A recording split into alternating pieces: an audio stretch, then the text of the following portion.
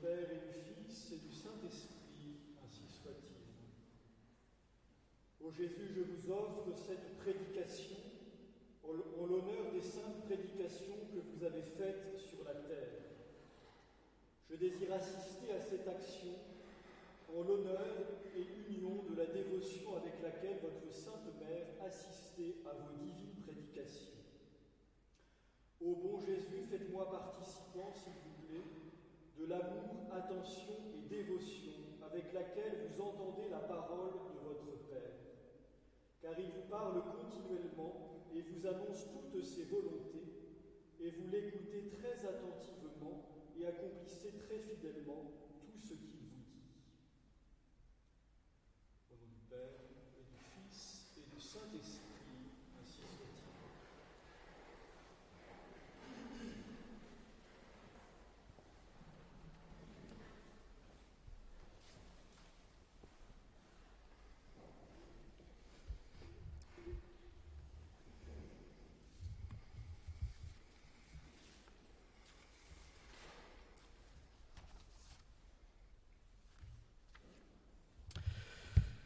Voilà, nous nous retrouvons donc pour cette deuxième conférence qui sera peut-être un peu plus factuelle que celle de ce matin et qui s'intitule « D'heureuse collaboration au service de la mission ».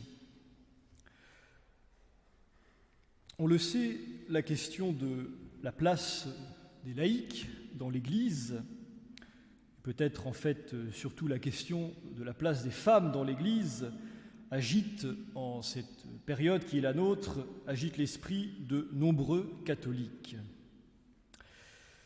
Mais plutôt que de longues et ennuyeuses dissertations sur ce sujet sensible, il me semble que la manière dont saint Jean-Eudes s'est acquitté de sa mission sacerdotale, constamment entouré et aidé par des laïcs dont il savait mettre à contribution les charismes, tout en respectant leur légitime autonomie. Cette manière avec laquelle donc saint Jean-Eudes a procédé apporte une lumière qui s'impose d'emblée par son incontestable justesse. Ainsi, l'exemple de ces collaborations qui va donc fournir le contenu de cette conférence, l'exemple de ces collaborations est d'autant plus éclairant que personne ne peut soupçonner le saint fondateur de la plupart des séminaires tant normands que bretons de relativiser le rôle indispensable de la hiérarchie ecclésiastique d'origine divine. Voilà, donc le projet de cette conférence, si je puis dire, c'est tout simplement de montrer comment saint Jean-Eudes a collaboré tant avec des hommes que des femmes laïques, et de fournir ainsi un exemple parlant par lui-même d'une saine collaboration. Il y aura donc 3 temps dans ce propos. Tout d'abord, parler d'une collaboration plus directement spirituelle avant de parler d'une collaboration active pour la mise en œuvre de projets. D'abord, dans un premier temps, une collaboration directement spirituelle, et ensuite, dans les 2 parties suivantes, donc des collaborations plus directement actives, plus directement apostoliques, tout d'abord donc des collaborations masculines et ensuite des collaborations féminines. Vous le savez, au cours de l'histoire de l'Église, les saints ont régulièrement mis en lumière l'heureuse complémentarité qui peut exister entre le masculin et le féminin. Il y a bien sûr la complémentarité conjugale, mais je veux parler ici de la complémentarité spirituelle qui s'est manifestée dans l'histoire de l'Église à plusieurs reprises entre un saint et une sainte. Il y a aussi bien sûr ces quelques couples canonisés, mais je pense aussi, dans un registre qui n'est évidemment pas du même ordre, à saint François d'Assise et sainte Claire d'Assise, à saint Benoît et à sa sœur sainte Scolastique, à saint François de Sales et à sainte Jeanne de Chantal. Saint Jean-Eudes, pour sa part, a pu lui aussi bénéficier du charisme spirituel d'une femme, dont j'ai déjà dit quelques mots ce matin pour ceux qui étaient présents, avec donc cette spécificité, dont là encore j'ai un peu parlé ce matin, qui est qu'elle ne fut jamais canonisée.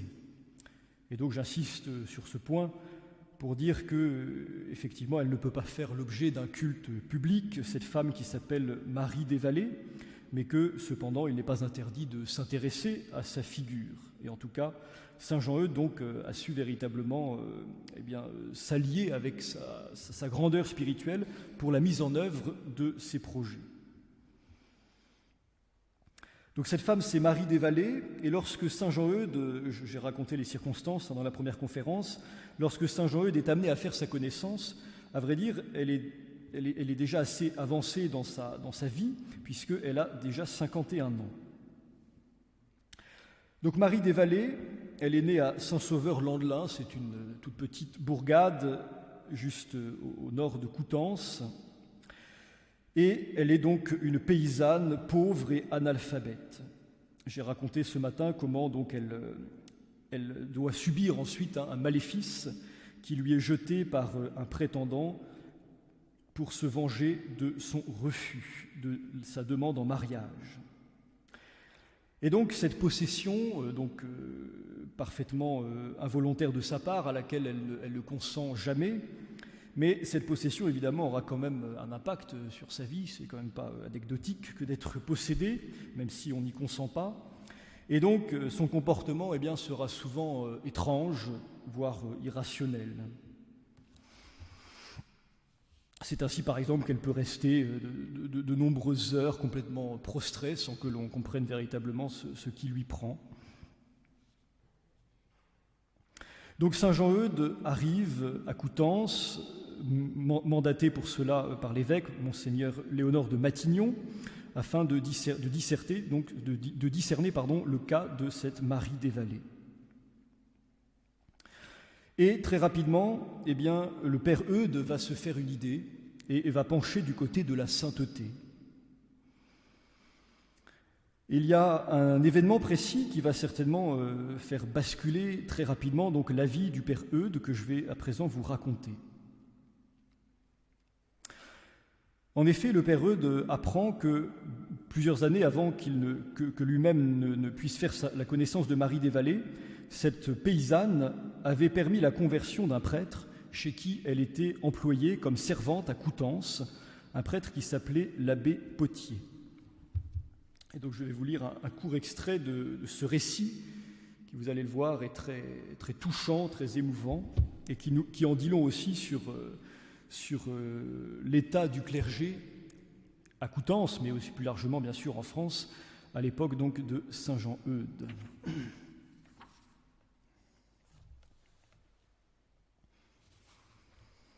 Monsieur Potier, donc il s'agit de l'abbé Potier, selon la manière donc d'exprimer les choses au XVIIe siècle. Monsieur Potier, quand il l'accueillit, était encore jeune et passablement désœuvré. Il y avait dans la petite ville de Coutances environ 80 prêtres. Il aimait bien boire. Comme il était jovial et de bonne humeur, tous les autres prêtres le venaient chercher à toute heure et le menaient boire avec eux. Et spécialement, il y avait un certain collège, là où il allait souvent sur le soir, et là où il passait beaucoup de temps à boire, et les nuits à courir dans les rues, une épée à son côté. Un jour, Marie des Vallées le supplia de se convertir. Mais non, impossible. Il préférait la quitter. Avant de nous séparer, dit-elle, disons un miserere ensemble. Il commence à prier lentement. Il fond en sanglots. Le miserere dure 1 heure. La nuit suivante, il est envahi par la joie et c'est une conversion radicale. Ces événements étaient déjà bien anciens lorsque Jean-Eudes a connu M. Potier et Marie des Vallées. Voilà donc ce récit très touchant de la conversion de l'abbé Potier qui emploie donc Marie des Vallées comme gouvernante et que Marie des Vallées va ramener finalement à la pratique sérieuse d'une part de la foi chrétienne et puis aussi bien sûr de son ministère sacerdotal. Donc voilà, je trouve que ça en dit long, hein, vous voyez, sur l'état aussi du clergé, l'état de désœuvrement, donc une petite ville de Coutances qui contient 80 prêtres environ, donc évidemment ils sont très nombreux avec certainement peu de choses à faire et donc ils s'ennuient un peu toute la journée. Voilà, c'est assez difficile de s'imaginer un tel contexte. Il y a actuellement à Coutances à peine 10 000 habitants, mais je pense que c'est à ce XVIIe siècle, même si je n'ai pas les chiffres, on était encore largement en dessous. Et donc ces 80 prêtres s'occupaient de manière bien peu édifiante. Donc cette Marie des Vallées, figure très clivante, très étrange, très surprenante. On la voit donc parfois dans un état de détresse très profonde. Donc, comme je le disais tout à l'heure, parfois prostrée pendant des heures entières, et en même temps capable, vous voyez, dans sa grande piété, de ramener à la foi ce prêtre perdu. Et puis elle est favorisée donc de dialogue avec le Seigneur Jésus de manière presque habituelle. Elle entend notre Seigneur soit lui parler à elle directement, soit parler à son Église. Parfois elle reçoit des prophéties aussi de la part de notre Seigneur. On a par exemple cet extrait que je vous lis. Elle conversait familièrement sans façon avec le Seigneur et avec la Vierge. Un jour, elle appelait notre Seigneur son époux. « Vous êtes bien hardi de m'appeler votre époux. »« Point tant hardi, répond-elle. Attendez un peu, je m'en vais vous montrer comment vous m'avez épousé sur la croix. Les coups de marteau étaient les violons des noces. Le fiel était le vin du banquet nuptial. Les blasphèmes étaient les paroles de récréation. Eh bien, n'est-il pas vrai que vous êtes mon époux ? Vous avez raison. C'est là que je vous ai épousé et toute la nature humaine. Voilà, donc on est surpris par la profondeur spirituelle de tels propos qui jaillissent donc d'une femme, encore une fois, analphabète et issue de la classe paysanne la plus basse, comme raconte un auteur qui a écrit sur sa vie. Mais voilà, c'est difficile évidemment de remettre en cause, en tout cas, l'origine divine. En tout cas, on est autorisé à le croire de tels propos. Et puis aussi des prédictions que cette femme proclame, notamment par exemple un jour au sujet donc d'une femme de mauvaise vie, d'une prostituée de la ville de Coutances.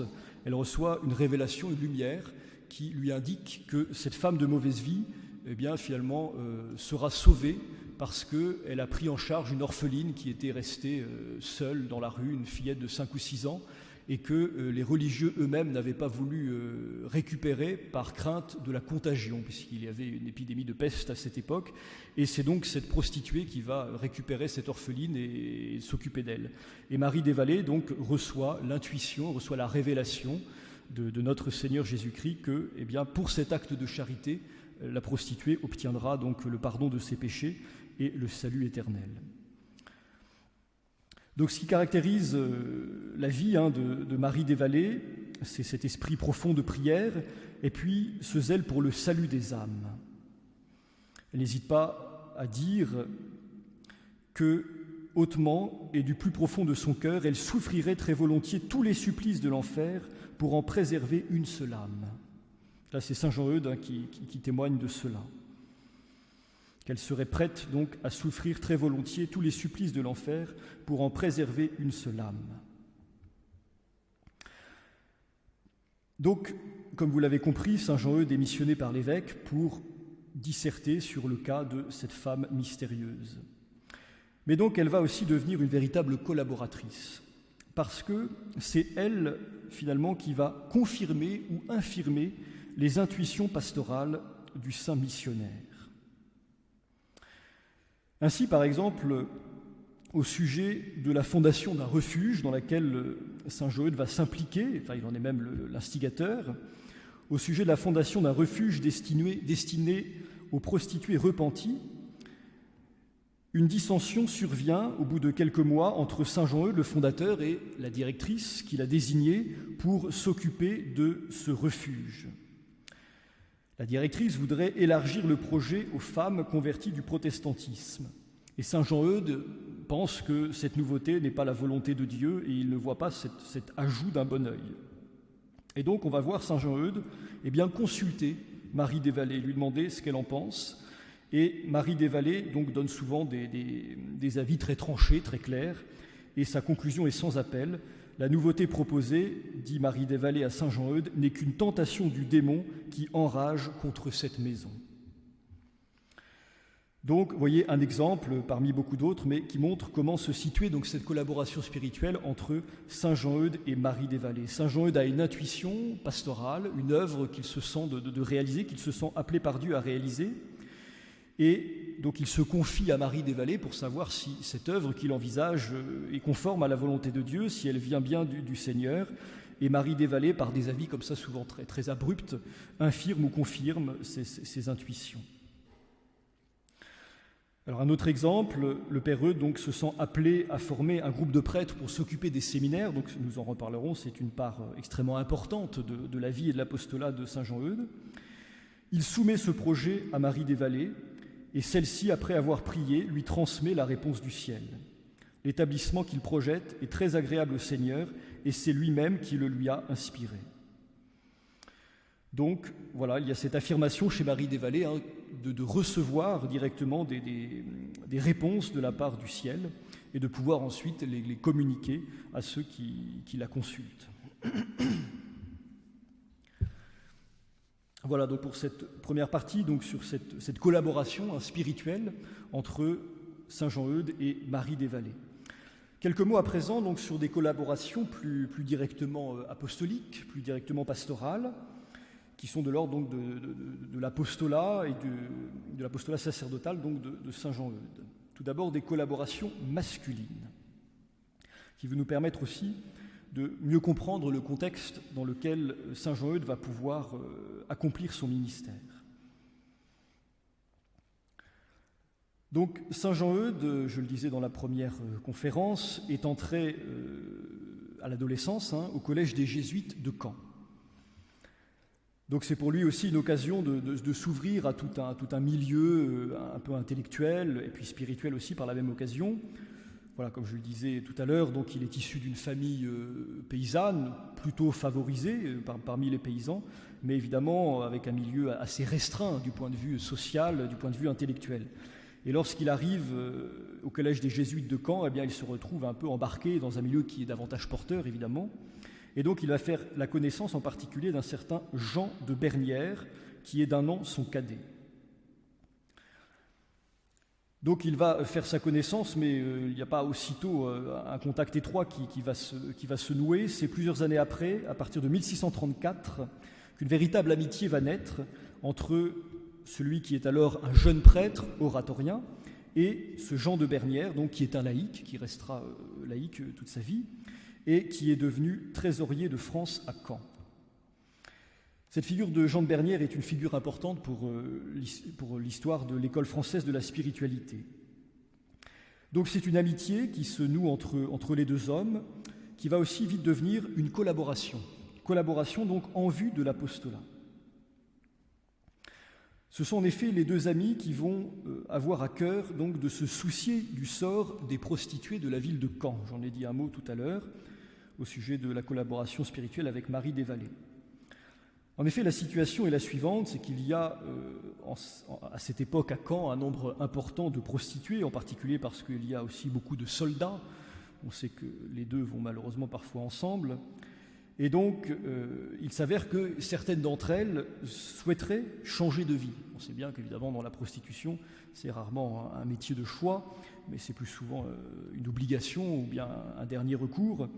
Et donc, parmi ces femmes, eh bien, quelques-unes, en tout cas, aussi sentent la contradiction morale de leur condition et souhaiteraient eh bien, changer de vie et pouvoir mener une vie qui soit plus conforme, évidemment, à leur baptême et à leur foi. Mais eh bien, elles se heurtent bien souvent à des difficultés tout à fait matérielles, c'est qu'il n'y a aucun moyen financier pour rendre ce désir réalisable. Et donc, il reste lettre morte et elles sont eh bien, malheureusement contraintes de continuer leurs activités. Et donc, saint Jean-Eudes, avec Jean de Bernières, eh bien, vont être tout à fait conscients de cette situation dans la ville de Caen et ils vont unir donc leurs ailes pour trouver pour elles une solution provisoire. Petit à petit, donc, les choses vont se développer et cette première ébauche donc, donnera naissance à une congrégation religieuse qui existe encore aujourd'hui, l'Institut Notre-Dame de Charité. Et puis on les voit encore tous les deux, Jean de Bernières et saint Jean-Eudes, travailler ensemble à la fondation d'une compagnie du Saint-Sacrement à Caen, qui rassemblait des prêtres et des laïcs pour entreprendre toutes les œuvres charitables qui se présenteraient. Et c'est sur cette base donc, de cette compagnie du Saint-Sacrement, qui existait aussi dans d'autres villes de France, mais sur cette base de cette compagnie à Caen, va se construire ce qu'on a appelé ensuite l'Ermitage. Alors l'Ermitage, c'est un peu surprenant parce qu'en fait ça ressemble un petit peu à un genre, si vous voulez, de communauté charismatique avant l'heure, si on peut dire ça comme ça, puisque c'est une grande demeure dans laquelle ceux qui le désirent eh bien, peuvent approfondir leur foi et peuvent mener une vie commune quasi religieuse. Mais en fait, ce n'est pas du tout un couvent, ce ne sont pas du tout des religieux ou des religieuses, il n'y a aucun vœu prononcé, ce sont uniquement des laïcs, mais qui peuvent donc un peu à leur guise, soit carrément mener une vie sur place, ou bien venir de temps à autre pour approfondir leur foi. Donc vous voyez, ça ressemble un petit peu à ce qu'on pourrait appeler aujourd'hui une communauté charismatique. Et donc au milieu de cette communauté tout à fait informelle, qui n'est régie par aucun statut canonique, qui n'a pas vraiment de reconnaissance hiérarchique officielle de la part de l'Église, eh bien on retrouve ce Jean de Bernières, qui est un peu la première figure de cet ermitage, et il y exerce la fonction de directeur spirituel. Vous voyez, comme c'est, voilà, lui, laïque, voilà, il semble même qu'il exerce cette fonction pour des religieuses. Vous voyez, on est au XVIIe siècle, et bon, ça semble ne pas tellement perturber les autorités ecclésiales. Voilà, des religieuses donc, se mettent à son école et ont recours à ses conseils. Et ça va devenir vraiment, pendant quelques années, un des hauts lieux de la vie spirituelle en Normandie. Et ce Jean de Bernières va véritablement exercer un rayonnement comme maître de prière, comme maître spirituel. Voilà donc un exemple d'une collaboration donc fructueuse entre le bienheureux père Eudes, saint Jean Eudes, et puis ce laïc, donc Jean de Bernières. Mais il nous faut dire aussi que s'il y a effectivement donc de belles collaborations avec les laïcs de son temps, eh bien saint Jean Eudes est aussi capable de discerner les choses. Et il n'est pas non plus naïf. Par exemple, pour ce qui concerne Marie des Vallées, on sait que voilà, il suivait volontiers ses intuitions, mais il savait aussi faire la part des choses. Par exemple, Marie des Vallées adhérait aux thèses millénaristes. Et donc, saint Jean Eudes ne la suivra jamais sur ces théories-là. Donc, voilà, il est capable aussi de faire la part des choses. Évidemment, il n'est pas un mouton qui suit bêtement ce qu'on lui dit. Donc, il sait aussi, bien sûr, être conscient des limites de ses collaborateurs. Alors par exemple aussi, avec Jean de Bernières, on sait que Jean de Bernières défendait l'idée que tout chrétien devait accéder à la prière de la contemplation. Vous voyez un petit peu une forme d'idéalisme, et il pensait que voilà, tout baptisé au titre du baptême pouvait accéder à cette prière de la contemplation et qu'il fallait donc vraiment la proposer le plus largement possible. Et donc, ça avait conduit, quelques années après la mort de ce Jean de Bernières, ça avait conduit à des comportements un peu étranges dans la ville de Caen, puisque de jeunes exaltés, donc à qui on avait vraiment intégré cette idée que tout le monde devait accéder à la contemplation, eh bien, de jeunes exaltés se sont livrés ensuite à des scènes d'extravagance dans la ville de Caen. Donc voilà, accusant les prêtres, certains prêtres de ne pas être suffisamment orthodoxes, voilà, mais leur critique n'était pas, semble-t-il, très fondée, et puis ça troublait aussi l'ordre public. Alors que sur ce point, eh bien, saint Jean Eudes était, semble-t-il, beaucoup plus équilibré, à savoir qu'il disait que cet accès à la contemplation dépend de Dieu et de Dieu seul. C'est-à-dire que Dieu le donne à qui il veut. Ce n'est pas une question d'être religieux, d'être religieuse, de ne pas l'être, d'être laïque, d'être prêtre ou que sais-je. Saint Jean Eudes pensait que bien, Dieu peut accorder cet esprit de contemplation à qui il veut, quel que soit son état de vie, mais qu'en revanche, il considérait qu'il était faux de dire que tout le monde devait nécessairement y accéder. Voilà. Et il trouvait dangereux, et les faits lui ont donné raison, donc d'enseigner cette doctrine.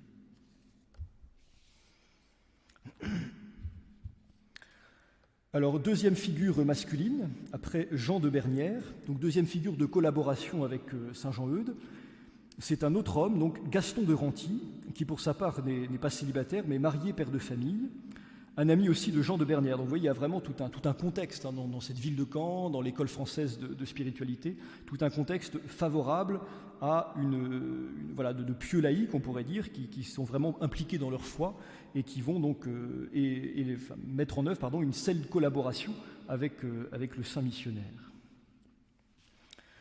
Donc ce Gaston de Renty, qui est-il? Donc c'est un homme, donc jeune père de famille, ami de Jean de Bernières, investi de lourdes responsabilités dans la société civile et qui jouit aussi d'une bonne aisance financière, qui va lui permettre d'ailleurs aussi d'assumer financièrement de nombreuses missions prêchées par saint Jean-Eudes, parce que les missions évidemment ne sont pas gratuites et il faut bien quelqu'un pour subvenir aux besoins des missionnaires pendant une période souvent donc assez longue, parfois plusieurs semaines.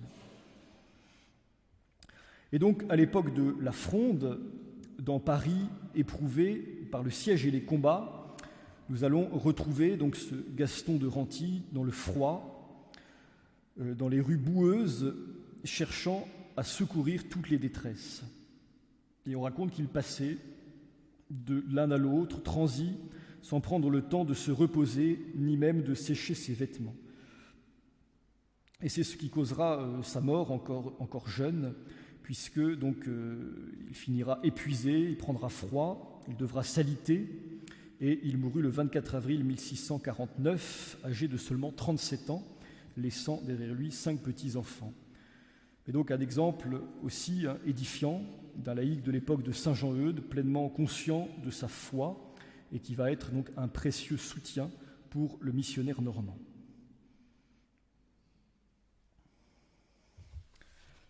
Alors, troisième partie, à présent, donc toujours des collaborations apostoliques, des collaborations en vue de projets pastoraux, mais à présent donc des collaborations féminines.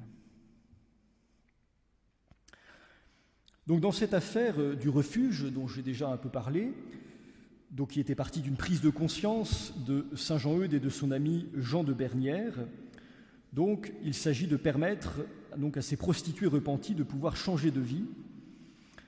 Et donc il s'agit de trouver une solution.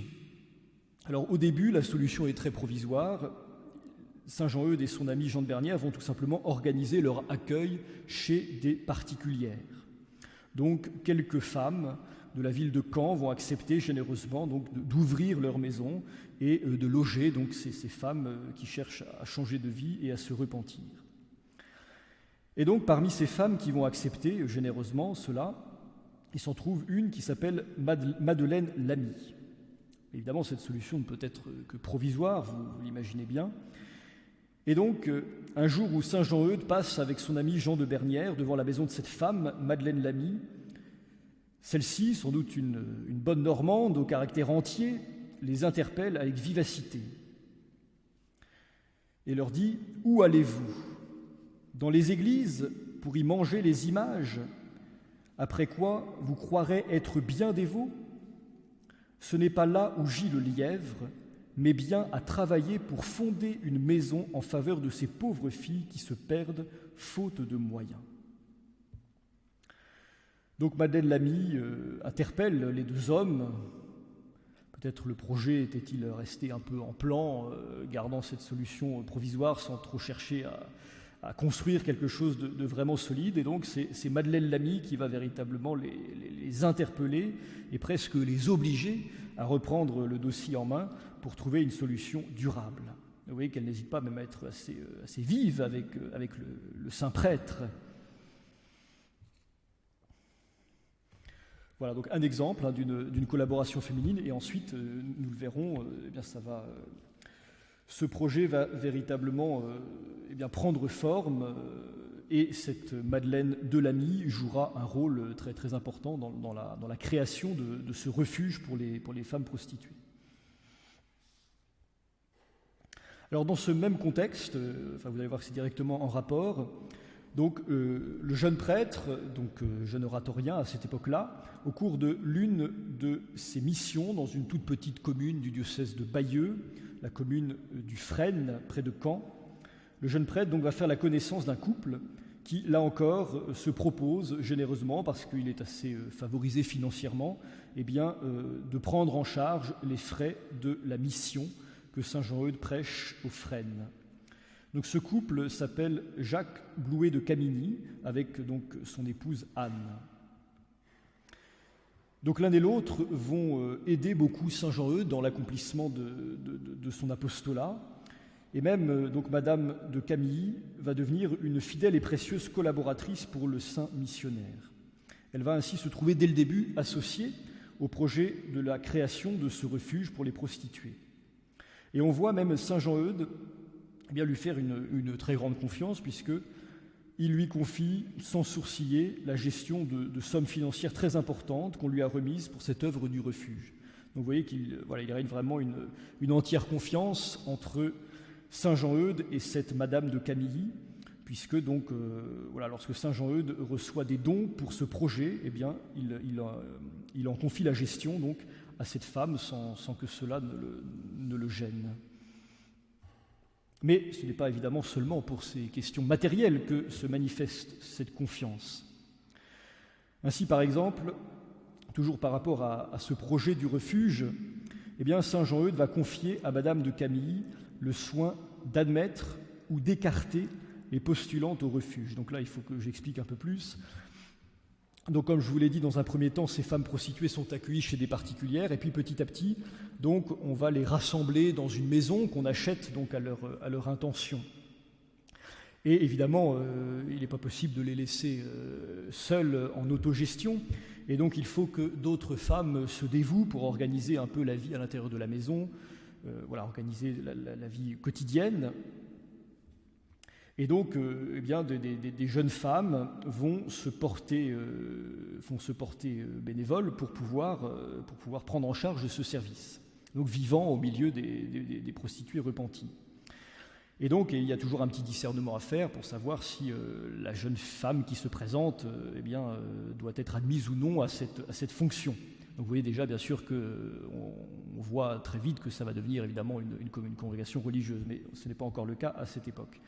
Donc des jeunes femmes se présentent, et saint Jean-Eudes, en fait, à la fois, vous voyez, il est l'instigateur, le fondateur de ce projet, et en même temps, alors d'une part, il est très pris par plein d'autres missions, puisqu'il est parti à droite à gauche pour prêcher un peu partout en Normandie et au-delà. Et puis, peut-être sent-il aussi que, après tout, c'est pas forcément directement sa place à lui que de prendre en charge l'organisation très, très concrète et pratique de la vie de ces femmes prostituées repenties. Et donc, il va confier à Madame de Camilly le soin de faire ce discernement, c'est-à-dire d'être capable de recevoir chacune des jeunes filles qui se présentent et d'estimer si elles sont aptes ou pas à s'engager dans cette voie. Et donc, il lui écrit « Je laisse cela à votre jugement, ma chère fille, et à votre volonté. Seulement, je vous prie de bien considérer la fille pour voir si elle a les qualités requises. » Donc, vous voyez, une collaboration, somme toute, pleine de confiance et dans une grande simplicité.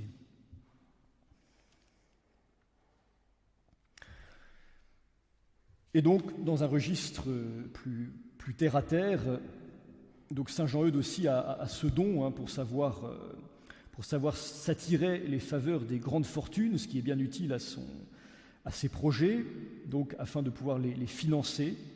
Alors par exemple, ça ira jusqu'à son Altesse royale, Madame de Guise, cousine germaine de Louis XIV, dont la mère avait d'ailleurs l'habitude de réciter souvent les litanies que saint Jean-Eudes avait composées en l'honneur du Saint-Cœur de Marie. Et donc, par le jeu de contact et de relations, saint Jean-Eudes va présenter à son Altesse royale donc un projet, le projet de construction d'une chapelle pour le séminaire qu'il a fondé à Caen. Et il va, semble-t-il, se montrer suffisamment convaincant, puisque Madame de Guise donc, va accepter de financer, en faisant un don très important, la construction de cette chapelle dédiée au cœur de Marie.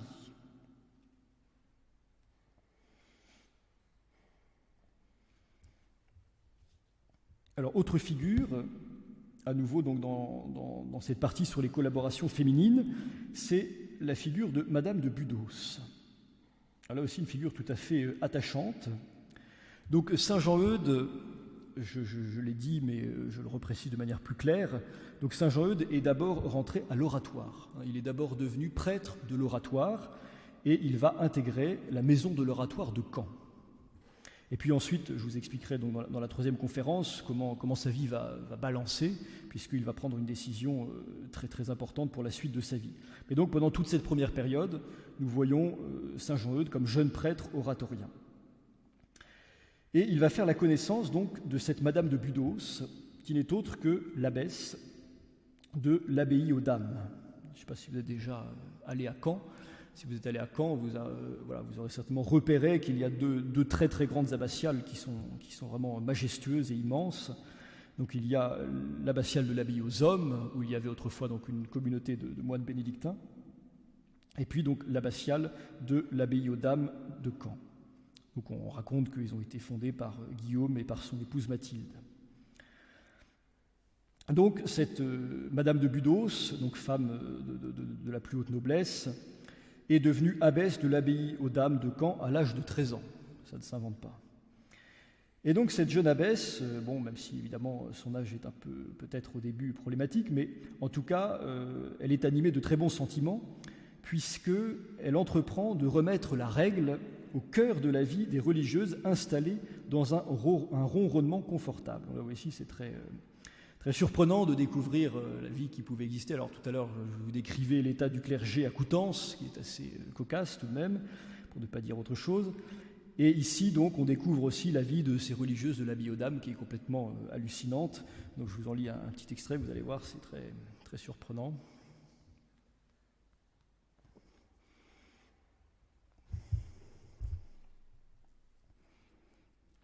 Il y avait à Caen, depuis Guillaume le Conquérant, 2 grandes abbayes bénédictines. L'abbaye aux Dames fut la première à se réformer.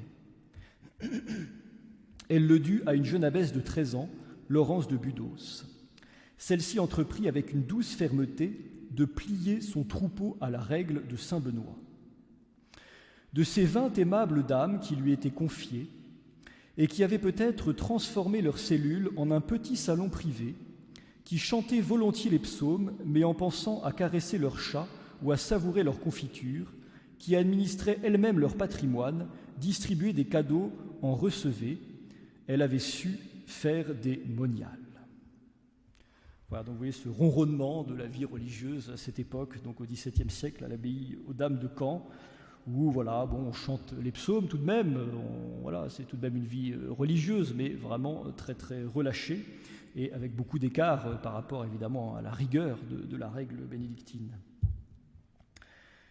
Donc Saint Jean-Eudes va faire la connaissance de cette jeune abbesse, avec qui évidemment il se trouve assez vite en harmonie de par ce désir de rigueur, de réforme qui anime le cœur de cette femme. Et donc nous sommes en 1631, une épidémie de peste frappe la ville de Caen. On isole les contaminés des bien portants. Ça nous rappellera des choses. Saint Jean-Eudes, lui, ne veut pas s'isoler, mais au contraire, bien qu'il ne soit pas lui-même malade, mais il veut se mettre au service des malades. Et pour ce faire, il se rend vite compte que le plus simple, c'est tout simplement de vivre au milieu d'eux, sinon il est à chaque fois obligé de faire des allers-retours, et puis peut-être aussi ses confrères ne voient pas d'un très bon œil qu'ils reviennent après avoir fréquenté des malades atteints de la peste. Donc il s'installe carrément au milieu des pestiférés, et pour cela, il demande à ce qu'on lui installe un tonneau à l'intérieur duquel il va loger. Donc nous sommes dans la plaine Saint-Gilles de Caen. Donc pour ceux qui connaissent Caen, c'est vraiment tout un grand terrain qui borde cette grande abbaye aux Dames. Et donc c'est là qu'on avait parqué tous les pestiférés. Et donc nous voyons donc le jeune prêtre oratorien qui va s'installer dans ce tonneau. Donc ça peut paraître surprenant, mais à l'époque les tonneaux étaient très très volumineux. On pouvait en tout cas facilement y dormir. Et il va donc se mettre aux soins des malades dans ce contexte. Et donc nous voyons la brave Madame de Budos qui va donc elle-même pourvoir aux besoins de Saint Jean-Eudes. Donc il va venir lui apporter ses repas, la nourriture, et voilà, pourvoir à ses besoins.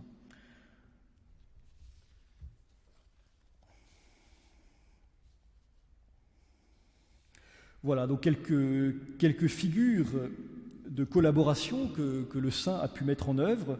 Donc figures masculines avec Gaston de Renty, Jean de Bernières, et puis des figures féminines avec donc Madeleine Lamy pour le projet de la fondation du refuge des prostituées, et puis Madame de Budos, donc la jeune mère abbesse de l'abbaye aux Dames de Caen.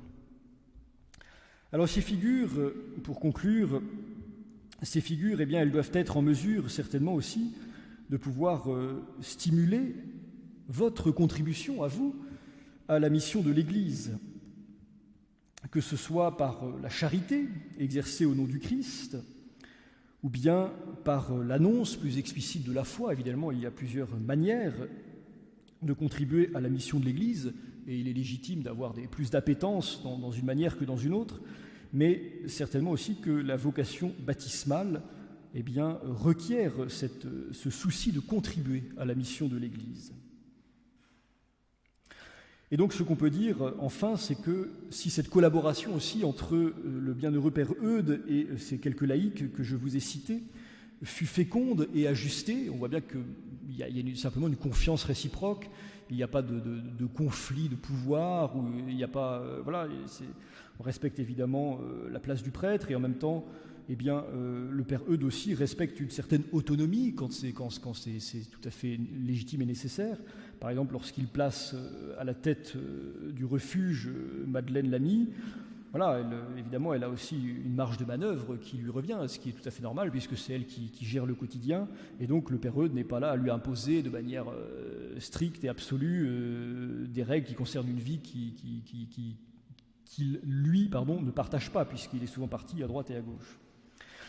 Mais donc, si cette relation est féconde et ajustée aussi, eh bien, il faut certainement le préciser, c'est parce que chacun d'eux mène une vie de prière solidement enracinée.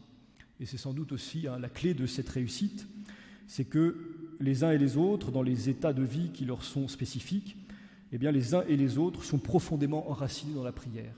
Et donc, eh bien, alors bien sûr, parfois, il peut y avoir des tensions, mais cependant, tout se réajuste bien parce que tout est fondé sur le Christ.